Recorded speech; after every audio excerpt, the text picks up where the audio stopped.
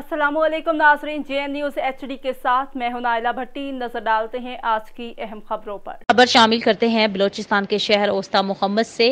हमारे bureau chief Balochistan उम्मीद अली गिचकी से, जहां जमीयत उलमा इस्लाम के रहनुमा कारी नसरुल्लाह दिनारी की क़यादत में यूसी कैटल फार्म के मुकाम पर सैलाब मुतासरीन ने डिप्टी कमिश्नर जाफराबाद के खौफ के खिलाफ एहतजाजी मुजाहरा किया, रोड ब्लॉक कर दिया। यूसी कैटल फार्म सैलाब मुतासरीन ने डिप्टी कमिश्नर जाफराबाद के खिलाफ एहतजाजी मुजाहरा करते हुए ओस्ता मोहम्मद आने वाले ट्रैफिक को बंद करके रोड ब्लॉक कर दिया। इस मौका पर कारी नसरुल्लाह दिनारी ने मुजाहरे के शुरका से खिताब करते हुए कहा कि डिप्टी कमिश्नर जाफराबाद ने यूसी कैटल फार्म के सैलाब मुतासरीन को नजरअंदाज कर दिया है। ये इमदादी सामान सिर्फ और सिर्फ मनपसंद अफराद को फराहम किया जा रहा है, हकदारों का हक मारा जा रहा है। सैलाब मुतासरीन बेयारो मददगार खुले आसमान तले जिंदगी गुजारने पर मजबूर हैं, मुख्तलिफ बीमारियों में मुब्तला होते जा रहे हैं।